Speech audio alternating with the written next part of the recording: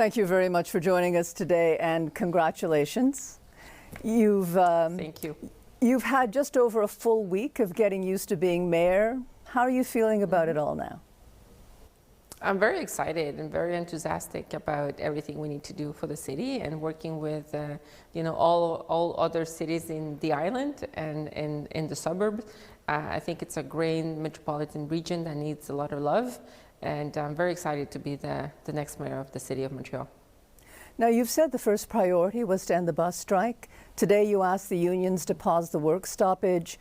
You've also set a deadline for November 15th for the strikes to end. That's this Saturday.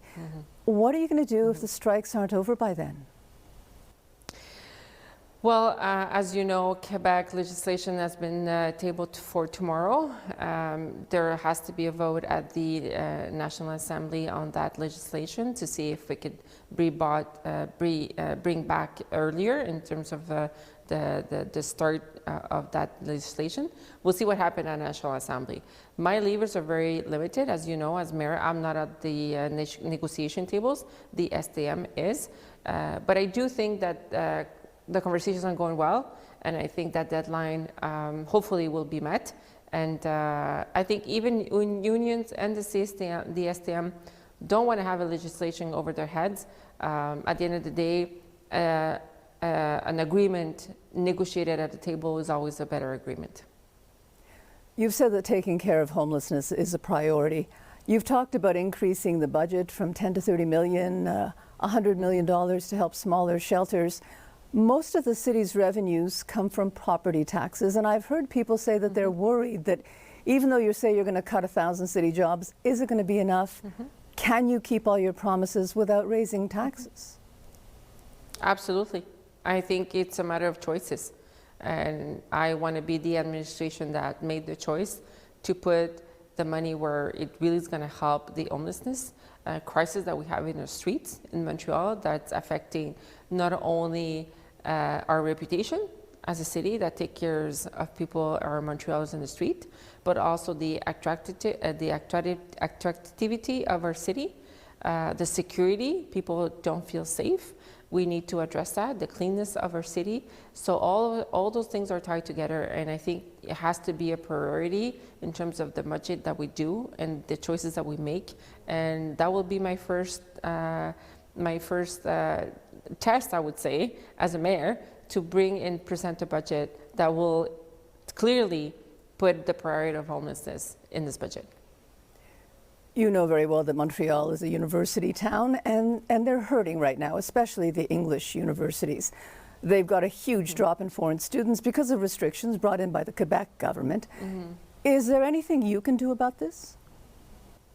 Well, as you know, legislation on education and immigration is not a city jurisdiction.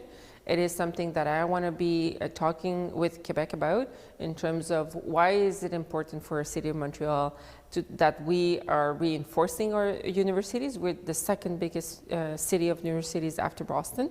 And I think it is important. It's important not only for the city, but the future of the economy of Quebec. If we want to remain a competitive city and province, we need those talents and we need that immigration, and I think it's a conversation that I will have with Quebec. But as you know, the levers, I don't have them as a city mayor, but I do have the representation force of representing our university in the conversations that I will have with the government of Quebec. You know, every mayor who's come in has promised to revitalize downtown Montreal. People still worry about crime, cleanliness.